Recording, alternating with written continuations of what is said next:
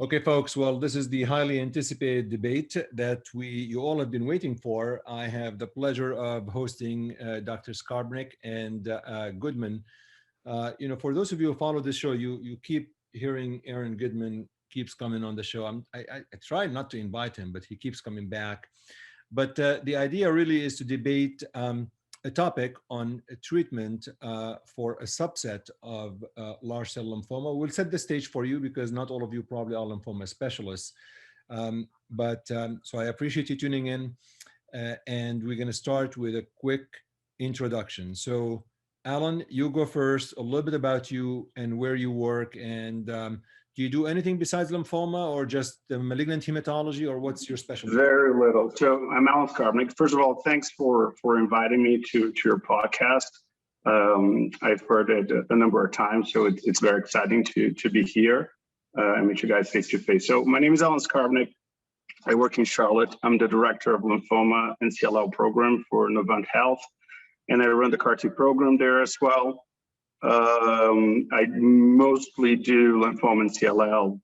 My clinic is only lymphoma and CLL, but when I'm in the hospital, I round on whatever malignant hematology transplant is in the hospital. But in my clinical practice, it's all lymphoma and CLL. So happy to be here. Thank you so much, Alan. Aaron, for those who may have not heard you on prior podcasts, a little bit about you. Yeah, I would thank you for inviting me, but as you said, I invited myself. I'm at UCSD. I'm in a bone marrow transplanter. I treat everything, so kind of a bread and butter malignant hematologist. I would say lymphoma is maybe 20 to 30% of my practice, a lot of myeloma, a lot of acute leukemia, and a lot of transplant. Now, and Alan, Aaron goes by Papa Heme. What are we going to call you? Alan is pretty fine. You can call me Skarbs. A lot of people call me Skarbs at work. I like Skarbs. I like Skarbs. But that's cool. I think we're a little cut from the same cloth there. I'm also a musician, and we like beer as well. So I think I play keys, guitar, saxophone, mostly keys and saxophone. Those are my main instruments. So I know you play guitar. You know what? Cool. You just got me an idea. Seriously, podcast. No, for a podcast that I would like to invite physicians who have interest in music, like play music. And I think would be really fun to do a podcast. Let me think about this. I know several physicians who really love to do that. I think it would be a lot of fun. I think it'll be awesome, yeah. So Skarbs versus Aaron, the reason I've invited you, and I know I'm doing a lot of talking in the beginning, but I promise you I will do less of that. I just want to set the stage. There has been a lot of chatter on social media into the most appropriate therapy for certain subsets of large cell lymphoma. So we are going to try to educate people for the first 5 minutes what large cell lymphoma is. But the purpose of this debate is answering a simple question. I want to make sure we frame it right. What Aaron is arguing is there are no subsets of large cell lymphoma that should be treated with anything else but R-CHOP. Skarbs is arguing that there are some subsets of large cell lymphoma that should be treated by something else, not by R-CHOP, such as the dose-adjusted EPOCH-R. Is that what we're arguing about? No. Okay, tell me what we're arguing about. I'm sorry. I think there's a fundamental difference here that we're arguing about double hit lymphoma, which it's not a subset of DLBCL. Yeah, you're right. So, it's a separate disease, it's a separate entity on its own right. And it's not me saying this, it's the WHO classification of lymphoma saying that based on previous data. So I think for DLBCL, there's not a lot of argument. There's a prospective trial showing there's no difference. Taking the subgroup analysis is a whole other thing, but taking the trial as a whole shouldn't give EPOCH for your standard diffuse large B-cell lymphoma, be it ABC, be it GCB, be it high IPI, or even double expressor. But double hit lymphoma, triple hit lymphoma, it's a separate category at all. And that's what I am debating, at least, because the other end doesn't have a real debate. We will do that. And the second question is, are we also going to ask the question whether primary mediastinal B-cell lymphoma should be R-CHOP versus dose-adjusted EPOCH-R, or this is not needed today? I use EPOCH for primary mediastinal B-cell lymphoma. So do I. So, Well, boom. There you go. All we right. agree. For the most part. So let's set the stage. Not everybody probably on this podcast, again, may understand what double hit lymphoma is. And I think Skarbs just articulated it's a separate entity in WHO. Who wants to tell listeners what are we talking about? What is double hit lymphoma? Sure. Do you want me to take that, Aaron? Or I mean, Sure. I would love to hear. I would love to learn. Okay, thank you. I don't think I'm going to teach you anything, but so double hit lymphoma, triple hit lymphoma are lymphomas that are high grade and independent of the histology of the high grade, unless it's a true Burkitt. But everything else, it's a lymphoma that shows translocations involving MEK, which is a gene that, if it is regulated, causes a rapid cellular proliferation, plus either a translocation involving BCL2 and or a translocation involving BCL6. BCL2 is an anti-apoptotic molecule. We know, for instance, in CLL and our hematologic malignancies, if overexpressed, it prevents the cell from dying. BCL6 is a transcription repressor, so if abnormal, it allows the cells to multiply their DNA armamentarium. And so it's a combination of MEK plus translocation plus one of these other molecules being translocated on a chromosomal basis, as determined by either a break-apart fish or dual fusion probe fish. That, again, is independent of the histology, be it large cell histology, be it what you used to call BCLU histology, which was indeterminate between B-cell lymphoma and Burkitt, the blastoid morphology. It's a determinant based on the chromosomal abnormalities. So the way the WHO had classified that now is you start with histology, that's the first thing, then you revert to FISH.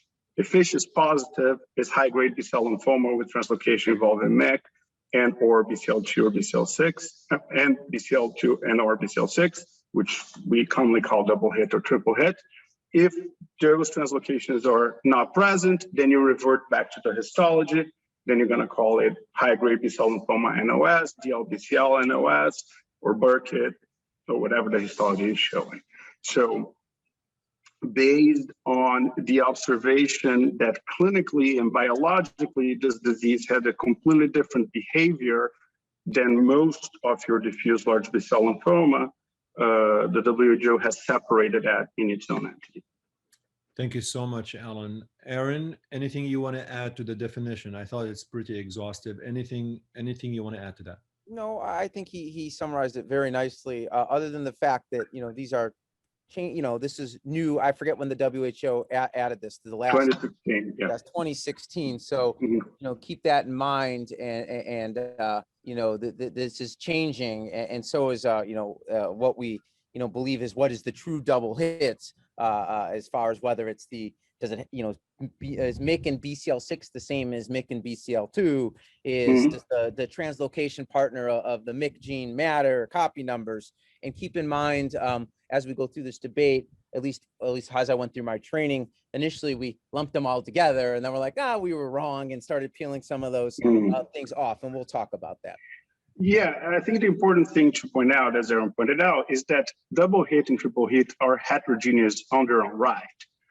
As the LBCL is heterogeneous, as follicular lymphoma can be heterogeneous.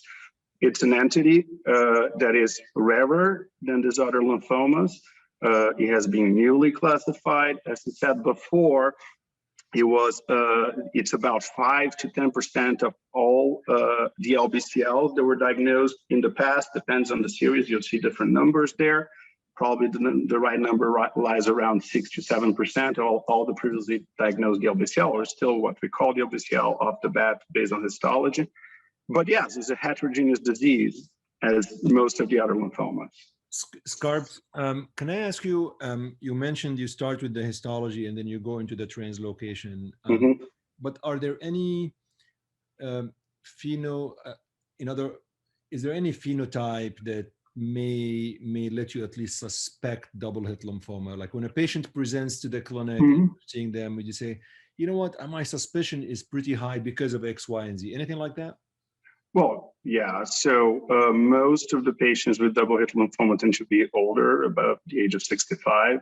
Majority of them present with high LDH, with symptomatic disease and advanced stage disease. We know, or it seems that from retrospective data as well, that early stage double hit is not the same as advanced stage double hit. I mean, they have different clinical behaviors as well, but they are rare, but most of them are advanced stage. Based on histology, if you're seeing one of what we used to call BCLU, or large cell lymphoma with characteristics between diffuse large B-cell and Burkitt, a lot of those are going to be double hit. But in DLBCL in general, the GCB subtype of DLBCL, I mean, not most GCB have double hit, but most double hit is a GCB subtype of DLBCL. Less so in the ABC subtype. Those are what they call double expressors, which is a different entity, are more commonly seen. So, Aaron, you asked a question that I think is pretty interesting, and then we're going to get into treatment. But I just want to get this out of the way. So, obviously, we all know that the last WHO lymphoid malignancies classification was published by Swerdlow in 2016 in Blood. Does this mean, I mean, clearly the entity existed before 2016. It just was more recognized as a separate entity in 2016. So as you guys decide on debating the best treatment option for double hit lymphoma, are we just saying that we cannot, how do we reconcile this? I mean, do we only have 5 years body of evidence, or do we go back and try to, like, how do we reconcile treatment of a newly identified entity while we obviously knew it existed before? Well, it's very hard to do so. I mean, you can still go back and look at those largely retrospective studies. I mean, they did define groups that had MYC and BCL2 rearrangements, and we can largely assume that those would meet the current definition of double hits or aggressive lymphomas with MYC and BCL2 rearrangements. But you're right, we can't know for certain, and that I'll get into that with my debate as why we should not be treating these any differently. Yeah, go ahead, Skarbs. Well, I mean, the characterization of the double hit arose from the evaluation of previous large cohorts, mainly of prospective trials, where we had been identified before that MYC rearrangements could lead to a higher, a poor prognosis. And then it was identified within those larger cohorts of prospective trials, a subset of patients who did have the double translocation with MYC, mostly with BCL2 as the second hit, less commonly with BCL6. And by observing the outcomes of those patients within those larger cohorts, that they extracted and created a new entity after that. But we've known that it existed for many years now. And the big part of it is that by evaluating that subset of patients within those larger cohorts, first of all, they were not as common than the larger cohort of diffuse large B-cell lymphoma patients, but clearly those were the patients that had poorer outcomes within those cohorts, and that's what led to that change. But I think the biggest issue here is recognizing it as a different entity on its own biological right and clinical right. There is a lack of prospective studies to determine what's the best treatment for it. And my point that I'm sure that Aaron's going to argue is that there's no established standard of care for these patients, because except for a single phase 2 single arm study done prospectively, there's no other prospective data, randomized or not, that discern that subspecific population and evaluated treatment for those patients versus another treatment. Those data don't exist, right? So when we're comparing different treatment regimens, all we have is retrospective analysis. And that's the limitation, and that's where the debate lies. I mean, are those retrospective analysis sufficient, or are they convincing enough to gear towards a more intensive treatment regimen or not? And I think that's where the question lies. And I don't think any of us has the right answer. To be sincere, I don't think that we're going to get to consensus. The field has not gotten into consensus for years in this. I think we do have discerning points of view, and the great thing is just to present them so people can make their own choices and make their own opinions, how they'll treat the patients. What I got to say is that I don't fault anyone who treats a double hit with R-CHOP. There are reasons for people to do that. I've treated double hit with R-CHOP. There's a subset of patients that I would do that for. At the same way that I wouldn't fault someone for doing dosage DA-EPOCH for that subset of patients, which is different than the larger, realm of diffuse large B-cell lymphoma. Alan, I just want to get back to definitions. Would you consider MYC and BCL2 versus MYC and BCL6? I know they're grouped together, but would you consider them separate biological entities? That's a good question that right now, I don't think we really have the answer. There is contradictory data for those. I would not treat them different from each other. The same way I wouldn't intensify a triple hit versus a double hit, for instance, someone has all the translocations. I think that if we evaluate it deeply, and again, there's contradicting evidence for both sides of the story here. There's data sets showing that, the Lunenburg data set showing that if the MYC is translocated with a non-IG partner, that the bad prognosis of the MYC translocation is not really present, whereas the Mayo Clinic series says it doesn't matter what the partner is, IG or non-IG, both have a poor prognosis. So, if you're going to start to kind of like really go down the nitty-gritty, I would say, well, someone who has a very straightforward DLBCL histopathology with a translocation that's a non-IG partner, the proteins are not necessarily overexpressed. I mean, probably this isn't one that's more akin to a straight up diffuse large B-cell lymphoma than someone who has a BCLU histopathology with an IG partner with all three molecules being translocated. So that's where heterogeneity is. Yeah, but Alan, that's the, I think this therein lies my point. We're going down, when I just said, maybe going to the BCL6 or the non-IGH binding, that's getting nitty gritty. But couldn't I then just say, well, we have DLBCL and now we're calling these MYC double hits the nitty gritty? We change our lines of nitty gritty of what becomes clinically relevant as far as treatment from pathology. I mean, right? Why do we have pathology? We have pathology to have different disease entities so we can treat these. And the bottom line is we just don't know yet. We don't. We really don't. We think we know, but we really don't. And yeah, I'll give you that. Okay, I'll give you that. I think we don't know everything. I think that, of course, this is non-controversial, but there are questions still on it and why there's a difference or not, and how consistent that difference is. I do think that there are enough data sets that consistently showed the same similar clinical outcomes across the board to, when evaluating all of that, perhaps considering that a dose-intensified regimen may be of more benefit for those patients. Whether this is completely right or completely wrong, we won't know until there's a prospective trial, which I don't think there will be. And I don't think that's the final answer. To be sincere, I think the combination of novel agents with a backbone of chemotherapy may be way more effective than intensifying treatment, but outside of a clinical trial, we don't have that option right now. But Aaron and Alan, let me just step back a little bit and just take this more broadly.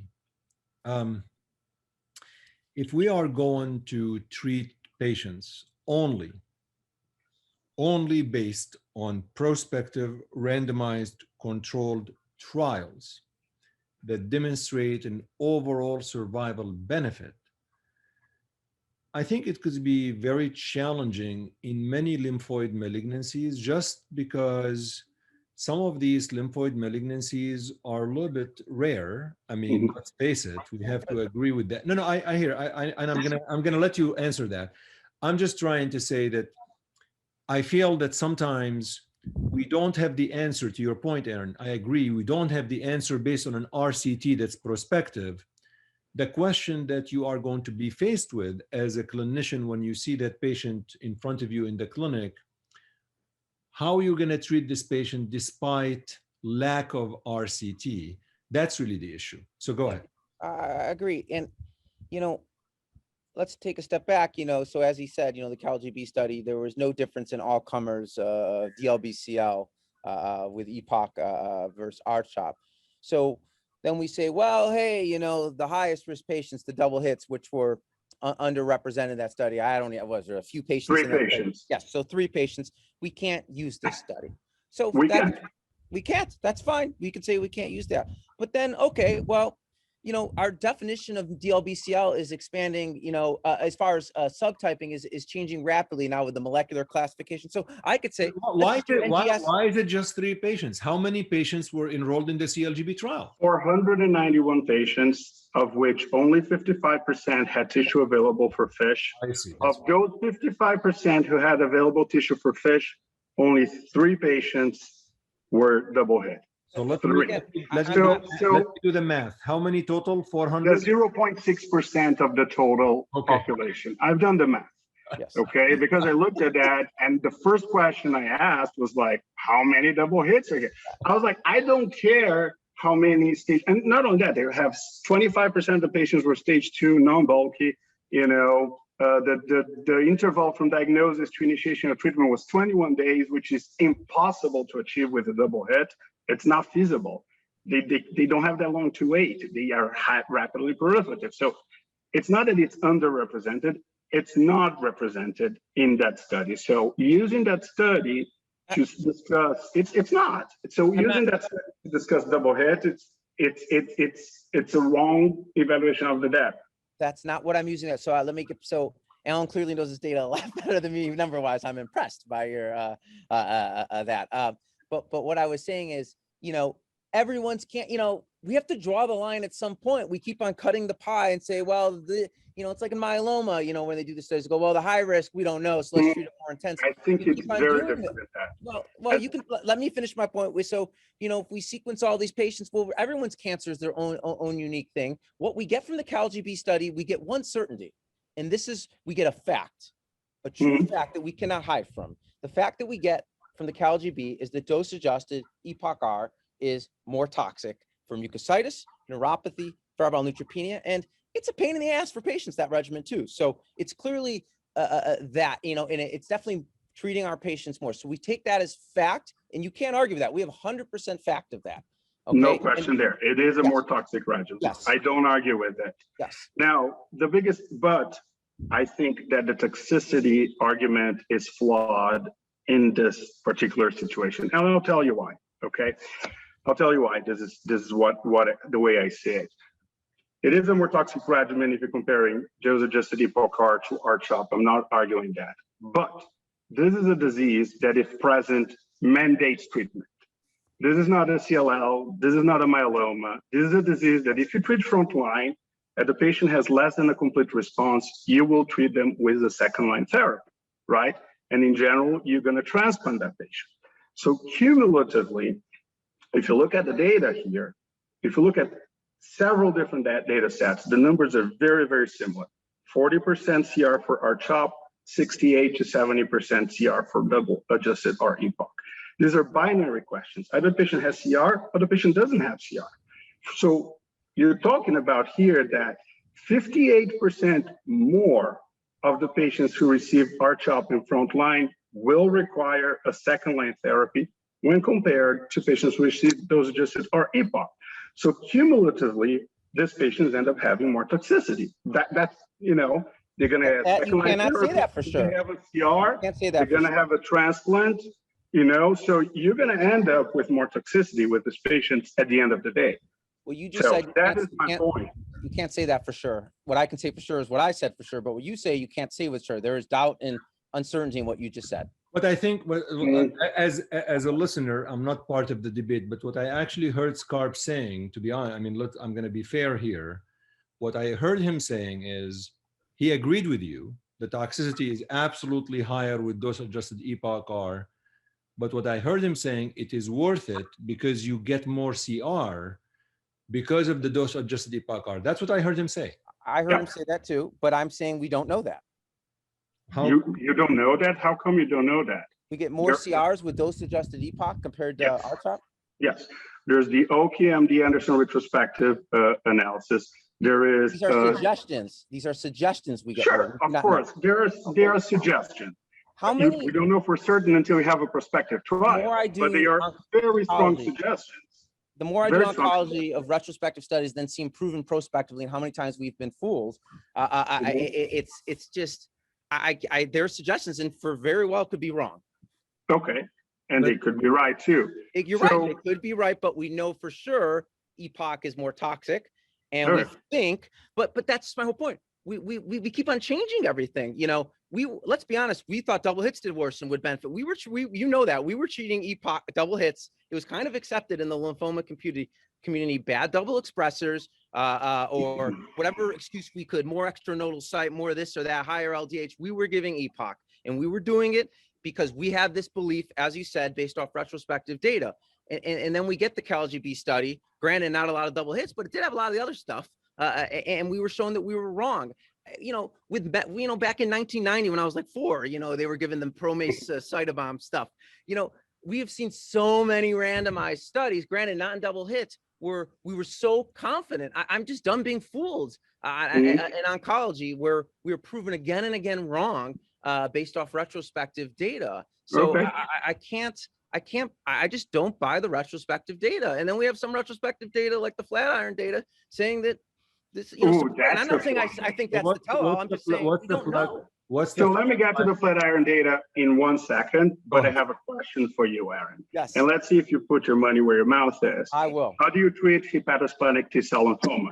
Yes. So hepatosplenic T-cell lymphoma, we will never, you know, we say, see, I knew you were going to ask this because you publish it, retrospective data set, and your conclusion in that study. I did a retrospective study. Author in the study is that we don't have prospective studies with the subset of PTCL, which is a subset of PTCL, different than double hit. It is a subset of PTCL here, where there is a plethora of data with CHOP as a front line. So you are suggesting for that patient population to use high dose therapy followed by autologous stem cell transplantation and consolidation in first CR.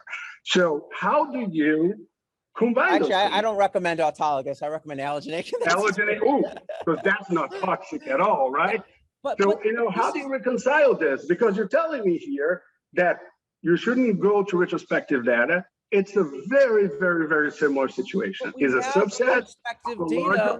We have prospective data in this. You say, though, that's where, see, here's where we disagree is all of a sudden, now that we've given it a new name, we've cut the piece of the pie into these smaller pieces. Now that we've done that, now we have to say it's its own entity. And that's where I disagree, because as you just said, well, maybe then this BCL6 is its own entity. Maybe make BCL, you know, we keep cutting the, you know, we've just. Fine. Explain to me how this is different in a subset of T-cell lymphoma deserving high-dose therapy. Hepatosplenic lymphoma has a clear, it's actually more of almost sometimes a clinical diagnosis, you know, and this is where we'll agree.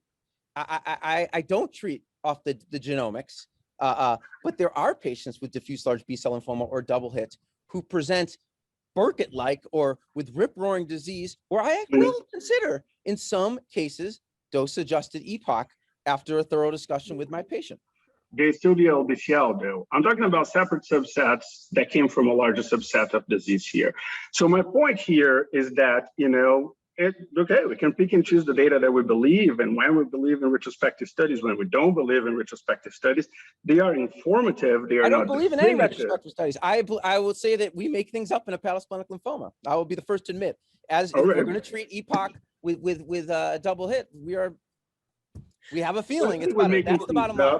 So let me go to the Flatiron data for a second. That's the one that spearheaded this whole discussion. So first of all, the Flatiron data didn't compare R-CHOP to dose-adjusted R-EPOCH. It compared R-CHOP to R-EPOCH, which is a different regimen. Oh, God. Yeah. No, R-EPOCH. The magic of the dose-adjusted, you know, it's just the magical. The whole argument here, Aaron, is intensification of the dose. Yeah. Okay, R-EPOCH is a regimen that has a lower dose of doxorubicin than CHOP with a sprinkle of etoposide, and you don't dose adjust. So that's not what we're suggesting here. never suggested that for this patient. It's pretty much OAP infusion. The dose adjustment here, because not only that, the retrospective data, believe it or not, shows that patients who reach dose level 3 are the ones that have derived more benefit. So the comparator here is wrong. Now, the second thing is this data, and I need a sip here. I didn't know we were allowed to do that. Yeah, we allowed. This Well, is it's I happy have I'm here. two pegs out back in San. But let me go back to this. This data from Flatiron is artificial intelligence derived evaluation of 6,000 charts in mostly community settings. So, you know, this is like someone teaching an algorithm to a computer and the computer looking at the components there and deriving data from that. There is a lot of sensory difference here, but even if you go by Flatiron's own admission, their data set underestimates 35% of mortality events, 35%. So they're missing 35% of mortality events because it was not registered in the EMR, because patients moved to a different system because of XYZ here. And they did a modeling of their own data showing that actually when you compare to national databases as the gold standard, their data underrepresents the effect of the experimental arm in any retrospective study that they use that platform for. So this is a flawed, if anything, study, you know. Now, you're going to tell me, well, there's no difference here in overall survival in the study. Yeah, granted, there was not. I think that the methodology was flawed. I think the comparator was flawed. You know, I don't understand why so much hoopla was made about this when it was released. Because if you go down to the nitty-gritty, I mean, they don't talk about response rates. They don't talk about events. They don't talk about progression. They talk about one single thing. I think and I actually agree with Alan. I think I wasn't honestly very impressed with the Flatiron data. I think it has a lot of flaws.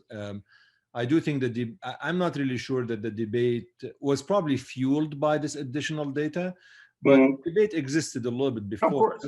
But you know, I think there's you know, the way I'm seeing the debate between you guys, and both of you are making very nice arguments. But again, I'm just putting my listener hat, not my lymphoma hat. What Aaron is saying, he's sick and tired of using retrospective studies to make decisions on treating entities, whether no matter how rare they are and common they are. What Alan is saying is he also doesn't like to use retrospective studies, but sometimes there are exceptions where you unfortunately have to, in scenarios where you just have to exercise, you have to be creative because frankly, you can't always answer the questions in randomized controlled trials.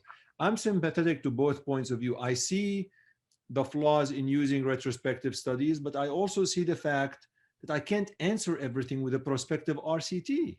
Yeah, no, Shadi, I agree. But and I used to treat all these with that, but then as more data came with, well, as we talked, maybe the BCL6s aren't the same, or maybe these non-IGH partners are not the same. Where do I draw the line? It keeps on changing. And as we learn more, it's going to change even more. And now I'm like, well, I know I'm over-treating these patients. That, you know, and you know, what about, you know, early stage double hit? You said it's its own biological entity. So would you treat early stage, you know, so are you calling early stage double hit lymphoma a different entity than late stage double hit?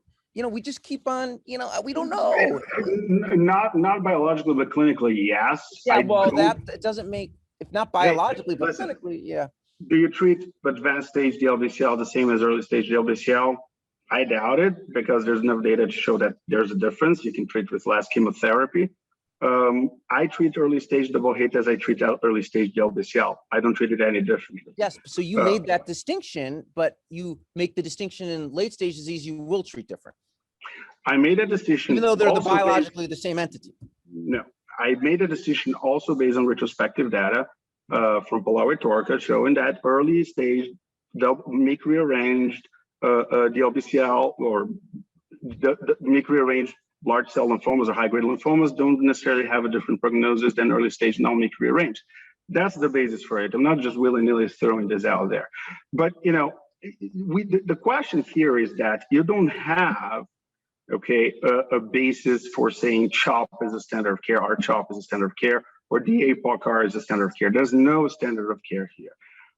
I think the totality of the data, if you take all the papers that were published on it, favor those adjusted R-EPOCH. I'm not even saying, there was some point in my life I used to give them a graft to these patients, which, you know, I think it's insane right now to do. That's my point, though. Maybe 2 to 4 years from now, you'll think it's insane to give EPOCH. But the change came based on data that, albeit retrospective, is the data that we have, and one prospective study, as biased as it can be, but it is the prospective study that we have for rearranged lymphomas, 24 of which were double hit lymphoma, which is much more than it has been represented on 22, 50303. oh yeah, 24, you're right. So Yeah. 24 patients with double hit, wait, that had encouraging results. But more than that, because my point here is that CR is important. And to corroborate that comes the Landsberg study that was published in JCO in 2017 that only evaluated patients who had double hit lymphoma, received induction chemotherapy, sustained CR for at least 3 months, and were fit to have a transplant. That's the landmark analysis data. So they're taking from everyone who received treatment, who got CR, and what's the importance of that. So that shifts it, because patients who achieved CR and sustained it for 3 months, the overall survival in 3 years for this patient population in the study was 87%. The 3-year event-free survival for the patients in this population was 80%.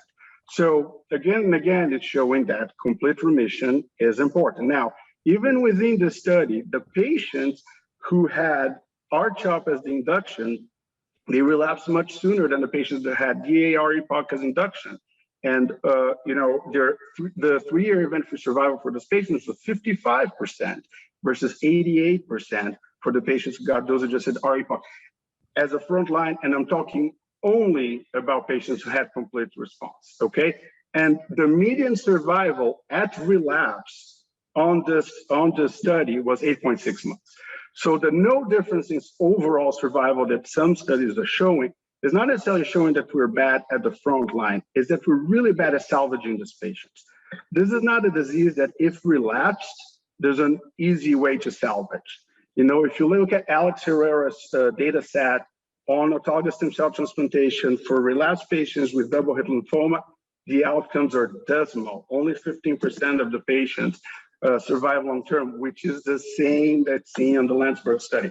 So again and again, there's reproducibility of this data. If it was one data set, I'll say, okay, but there are multiple data sets again and again showing the exact same thing. And that's the data that we have. So not believing that data at all, I think I don't agree with that. So again, you know, now with CAR-T, I think things change a little bit. And I think that when CAR-T, I don't want to go to CAR-T. I want to, yeah, before we'll go to CAR-T, but before we go to CAR-T, I want to ask a question because I think the trials, the papers that you cited, Alan, are very important. The Alex Herrera and Dan's paper are pretty important. But the current, and correct me if I'm wrong, the current intergroup study that is looking specifically, the prospective intergroup study that is looking at double hit lymphoma is looking at dose-adjusted EPOCH-R plus minus venetoclax. Correct. And I think, again, please, I'm not putting my lymphoma hat, putting the listener's hat. What it appears to me that the scientific community has moved on and is not going to ask the question prospectively, R-CHOP versus dose-adjusted EPOCH-R, because we clearly are able to do a prospective randomized control trial, but we chose to say we're going to do dose-adjusted EPOCH-R plus minus venetoclax. So as a listener, I would criticize that by saying, if you are able to conduct a prospective randomized control trial, do it once and for all. And it seems to me that the lymphoma community is not comfortable randomizing patients to R-CHOP with venetoclax versus dose-adjusted EPOCH-R with venetoclax. They're not. That is absolutely on point. So then we're never. I guess I'm out of the lymphoma community. I'm comfortable with it. You know, same thing with the HIV lymphoma. We've arbitrarily said dose-adjusted EPOCH is the answer all for all DLBCL. You know, that's in guidelines and because based off some historical, you know, control that R-CHOP or CHOP sucked compared to EPOCH. I completely disagree. I think the appropriate study would have been versus R-CHOP versus EPOCH before moving on to venetoclax. I can assure you that the venetoclax dose-adjusted EPOCH is going to be very good at causing febrile neutropenia and issues. So I think we're just, you know, we've so many, how many times do we have to freaking be fooled in oncology with intensification in lymphoma? Or I know you're calling it not DLBCL, but like, you know. But why, Alan? Why is it? Because you all have agreed today. Like I heard both arguments, and we all agree that we have retrospective studies. And honestly, I do believe some of these retrospective data that Alan cited are pretty compelling. And I've read these papers. In fact, I reviewed one of them as a peer reviewer. So I'm fully aware of that. But why is it, if we all acknowledge that retrospective studies are hypothesis generating, we have to use them until we answer that? Correct. Why not do a prospective study, Alan? Like, why not?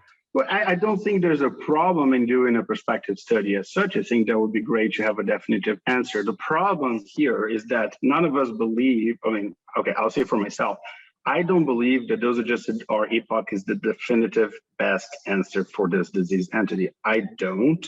I don't believe that R-CHOP is sufficient at all for this disease entity. That's why I used dose-adjusted EPOCH-R at this point in time, based on retrospective data. But, you know, I think the question here is how to make sensible combinations to evaluate that. There is a clinical trial evaluating R-CHOP plus epcoritamab, which is a bispecific antibody, versus R-CHOP alone, that allows double hits to be included in that study. And I would absolutely include patients in that study. And, you know, I would encourage people who have that study open to obviously enroll patients in the study, because the truth is that we don't know. I agree with Aaron in that. We don't know. Shadi, the bottom You line know, I think it's a question of perspective here as well. Shadi, So the bottom line is the lymphoma community believes, as you said, the dose-adjusted EPOCH's better, and they don't feel the need to compare it to R-CHOP because they believe enough, correct? I think there is compelling evidence to establish that R-CHOP is not enough. Establish that belief. So that's the bottom line. And that's, I think, where some oncologists differ from others. That's just where but the other argument I would like you to comment on, and I think we just glanced over it, and I want to go back to it. If we think the biology of disease what matters, right, the BCL2 and MYC translocation or BCL6, so the underlying molecular pathology what matters, why wouldn't you use dose-adjusted EPOCH-R in stage 1 double hit lymphoma? That's a very good question. I've used it in the past.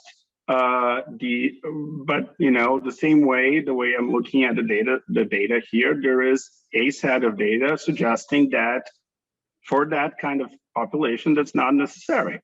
You know, the same way, as I said before, I don't treat early stage DLBCL as advanced stage DLBCL. They do have the same biology, but I don't treat them the same. They're different stage disease. It seems that last chemotherapy is sufficient for those patients. You know, and not it seems, it's proven that it is, you know, in a prospective phase 3 trial. So, and as I said before, there's heterogeneity within the same disease here, you know. There are patients who are like, if I give dose-adjusted EPOCH, then maybe it's toxic for them. Let me find a way to not give it and give R-CHOP. And I'm going to go there. I'm going to look at the pathology, go look at the cells myself, make sure that's something that will convince me otherwise. That can give R-CHOP. In the same way, you know, there are patients who initially I may think, okay, they may be R-CHOP, and I'm going to go to histology. I'm going to go look at the cytogenetics is different, and I'm going to escalate those patients. I think it's a very nuanced thing, and we cannot have an umbrella statement for everyone. I don't think anyone can say no R-CHOP for every double hit, and I don't think anyone can say no dose-adjusted EPOCH for any double hit. Now, how are you going to make the decision makes with a plethora of different things, including data, and what we have is retrospective, unfortunately, and one prospective trial. That's the data that we have. We cannot discuss with that. That's what we have. I need to use something to make a decision. And the something that I'm using is compelling me to choose an intensified dose chemotherapy for those patients. That's it. And not only that, experience comes into play as well. I mean, you know, experience of the center in giving dose-adjusted EPOCH as well. I actually did an evaluation of our own data set in our own, since this discussion started on Saturday, I got a quick IRB approval to evaluate my consecutive patients with double hit lymphoma just in my clinic to evaluate outcomes, to evaluate toxicities, etc. And, and I did a retrospective analysis. I had 20 consecutive double hit lymphoma patients, true double hit, excluding transformed disease, just de novo double hit over the last 2 years. 4 of the patients receive R-CHOP for different reasons. All of them are dead within 10 months. The rest received dose-adjusted EPOCH, 86% complete response rate. All of them are still in remission and alive a year and a half later. This is not valid for anything, but it's our experience. In our experience, we have low grades of neuropathy, very low grades. Aaron, have you thought about doing similar experience to Alan and UCSD, for example? You lost me based on your experience. I don't know what to make of it. As with all retrospective study, we especially plagues the allogeneic transplant literature that I delve into all the time is these patients are selected more than based off their disease biology, but performance status and all those things that would spell bad outcomes. So no, it doesn't. I don't think it's to believe. I'm talking and forget the patients who receive R-CHOP because they got so because they had poor performance status. Yeah. But my stand is to give dose-adjusted EPOCH, and my outcomes are good in that sense. Take it for what it is. It's not a large retrospective series, but I know the data here. But my point here is that dose-adjusted R-EPOCH is intensive. It can cause significant side effects. There are ways to mitigate that. That is a concern. There's a ways to mitigate that. I capped the dose of increasing for patients over the age of 65 or if they're diabetics. I'm very, very aggressive in cutting down the dose of increasing. Well, what if capping the vincristine, you lose the magic? There you go. I don't believe so. There's data from University of Michigan showing that capping the dose of vincristine, there's data for everything here. And as I said, this is nuanced. It's not, we can't be absolutists about this thing. I cannot come and say, let's not give dose-adjusted R-EPOCH anymore because, I don't believe the data. I think there's an extremist argument here. And I'm not saying don't give R-CHOP. I say, if you want to give R-CHOP and you have your reasons for that, please do so. Discuss that with the patient. With every patient, I suggest dose-adjusted R-EPOCH. I have a very honest discussion with them that we don't have prospective data to show it. This is the data that we have. This is something that is more toxic, but in my opinion of the literature, it's possibly giving you better response rates. And we don't know the answer. And of course, I agree. And when I consent patients, I say exactly that. We have no idea. Exactly. So that's the thing. We agree. We have no idea. But I think, look, Aaron, again, we have no idea on a lot of things in lymphoid malignancies. Honestly, I just taped a debate that I will air in a couple of weeks on frontline decision on transplant in peripheral T-cell lymphoma NOS, whether you transplant in CR1 versus not. There are no prospective randomized trials, right? Now, it doesn't mean you have to make decisions, and I'm pretty sure for some patients you probably recommend a transplant, for others not, So I think, to be honest, my biggest criticism, if I will, is that everybody recognizes we don't have prospective randomized trial, and the only prospective randomized trial did not want to address that. Like I would have probably said, would have been maybe even a 3-arm trial, dose-adjusted EPOCH-R, EPOCH-R plus venetoclax, and then R-CHOP venetoclax, whoever. I think there'll be a very smart design. Unfortunately, that's not the way it was done. I share your criticism in that sense. And in terms of prospective data, again, we have one trial that we didn't really touch on. 70 the patients who had double hit lymphoma in that study had very good outcomes, and that is sombering to some extent. You're going to tell me, is a phase 2, is a prospective trial, is a single arm trial? Sure, it's not proving it's better than our CHOP, but they are seemingly better outcomes than what have been previously reported. Well, no, to say seemingly, I would need a phase 2 in the same at the very least, give our CHOP in a same phase 2 fashion to those same patients, and we'll see. These are trial patients. I think the bottom line is, I agree, we won't have data for everything. In my belief, and this is a belief, okay, is that the answer to double hit is not dose adjusted EPOCH. And I think that if we ever were to do that randomized study, it would be negative. That's my belief. And if it were positive, it would be not major gain thing for that. Sure. And I don't think and again, I don't believe is the definitive answer either. That's why we need to have novel agents combined with it. But we all use CAR T therapy that's costly and toxic based on phase 2 data, right? Single arm perspective. Slightly different.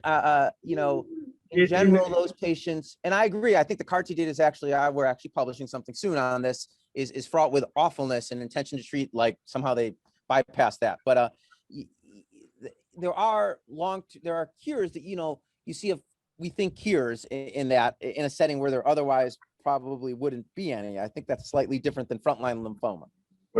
Double Hit, I think it's different because lots of these patients, the experience and the reports are that these patients either have primary refractory disease or they relapse very quickly after having a CR within the first 3 to 6 months. And again, based on one retrospective data set, having that sustained CR, it's very, very important for their outcomes. I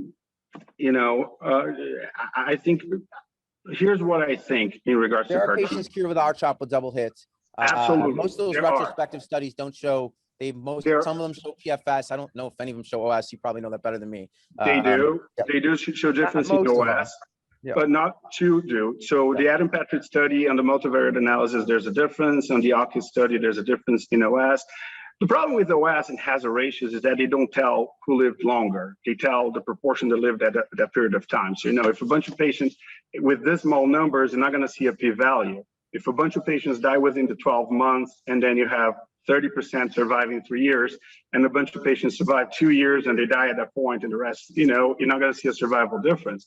But it's important to patients how long they live.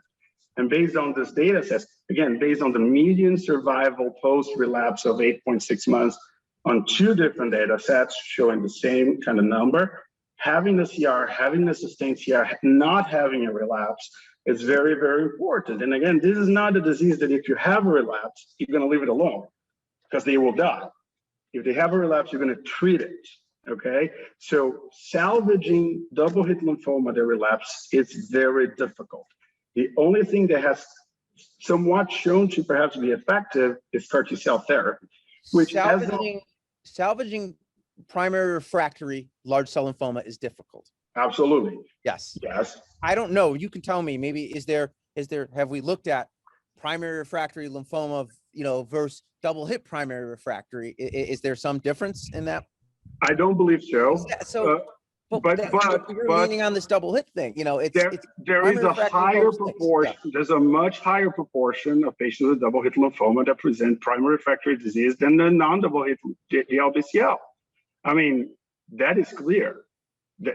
I don't think there's much arguing with that. There's more patients with primary refractory or early relapse of disease within 6 to 12 months in double hit when you compare to the diffuse large B-cell population. Even if you adjust for the same, for the same baseline characteristics outside of the biology. We know that salvaging those patients is really hard. And the problem is that most of those patients relapse within the first year if you use R-CHOP. So, if CAR T is available in the second line commercially and it's accessible for everyone and it's not as costly and it's easier to get, etc., then I would feel much more comfortable in using R-CHOP in the front line and seeing who is cured or seeing who has a long-term remission and then giving them CAR T in the second line. In fact, a great trial would be R-CHOP versus dose-adjusted R-EPOCH with CAR T as second line offered to everyone who progresses. I think that would be a fantastic trial. We probably will salvage a lot of people. We'll answer that question. If you want to call one of the companies and propose this trial with me, I'd be more than happy to do it with you. I would love to. Pharma doesn't like me too much these days, but yeah. The listeners of Healthcare Fund Unfiltered now are listening to how clinical trials are incepted. We are probably. Well, this is his idea. That's a good, or Graham Collins had a good idea too. Give everyone R-CHOP so we can enroll people fast and then randomize to. Or that. Look, at the end, honestly, you both make very, very good arguments. I'm sympathetic to a lot of what Aaron is saying when he says, we've been burnt before, right? With R-CHOP, Promise, Cytobomb, all of these things with transplant in breast cancer and ovarian cancer and transplant in high. We're always burned. This time's going to be different, though. We got it this time with the EPOCH. At the same time, I'm sympathetic to what Skarbs is saying, right? I mean, he's saying, look, I mean, this is a new entity, biologically different.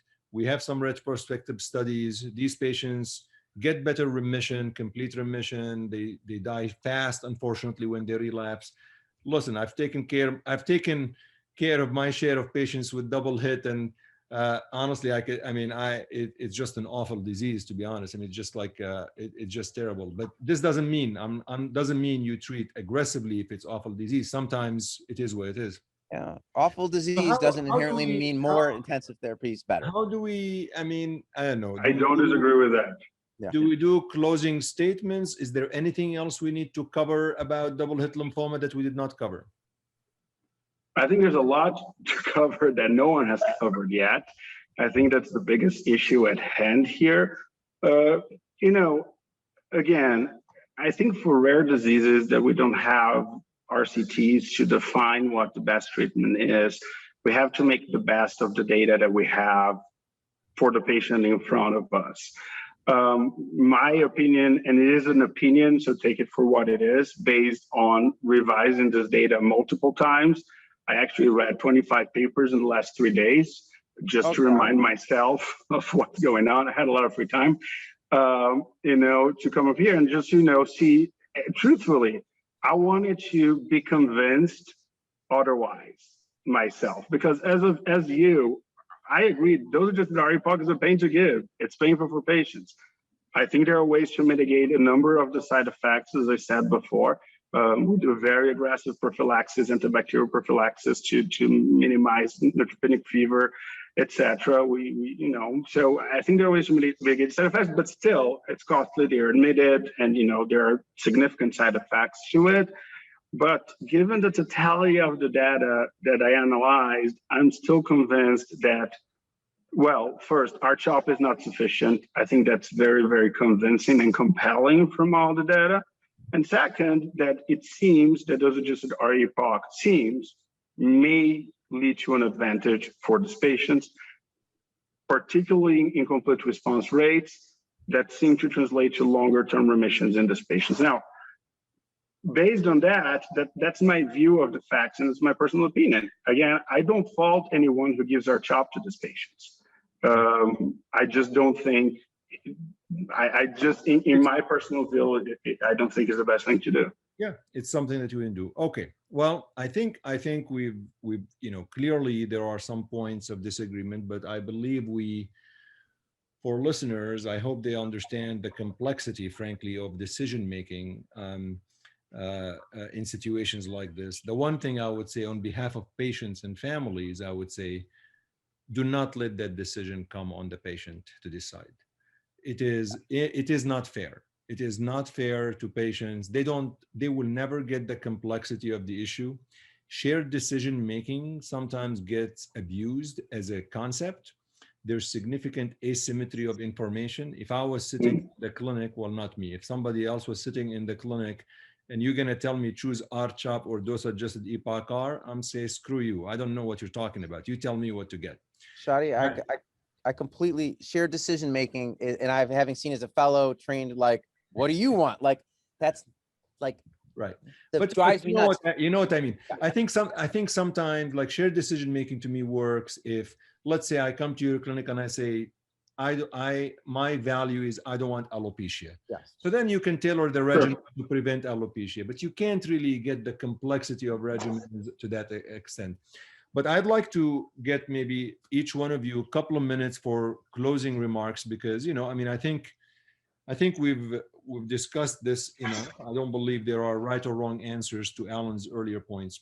So closing remarks, Skarbs, you go first. Well, first, thank you so much for inviting me. Aaron, I'm looking forward for us to doing that trial with the CAR T salvage and we got a jam playing music now. I'd actually rather do that, but I'll do the trial also. I'd much rather jam into music, I have my Safe Therapist t-shirt here for the 80s. But I think all the points were made. Just an extra point, I do agree with the shared decision making the statement there, it doesn't necessarily apply to every time, because there are complexities there that we don't even understand. So it's a burden on the patients as well. But, you know, hopefully we'll have an answer for this at some point in the future. I truly, truly hope so, for the benefit of our patients and for the sake of our minds, you know, so we don't go crazy with these questions anymore. But again, you know, happy to be here. Happy to come again if you ever invite me again. Oh, you know? you're gonna be you've earned your spot on this podcast. Thank you. I loved having you. Aaron, your closing remarks. No, we do disagree on some fundamental things, but you know, R-CHOP is clearly not great therapy for double hit lymphoma. So I agree with that. And I just, for me, it lies back, you know, and this is me relying on my own experience as an oncologist of how many times I've had beliefs or seen beliefs that bad disease requires intensified therapy.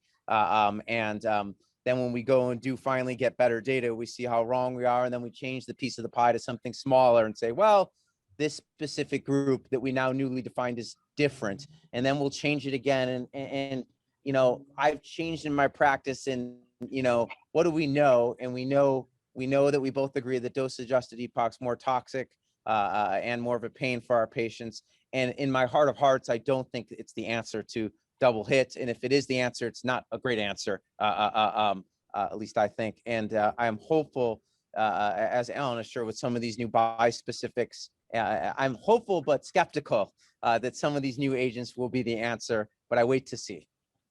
Well, Alan Skarbnik and Aaron Goodman, thank you so much for coming on Healthcare Unfiltered. This was very lively debate. I took a quick video of this to tease listeners in a couple of weeks before we air this, because I think that would be a lot of fun. But I really appreciate you coming in. I had a lot of fun listening, and we are going to do more debates. So thank you so much. Thank you so much. Have a good night.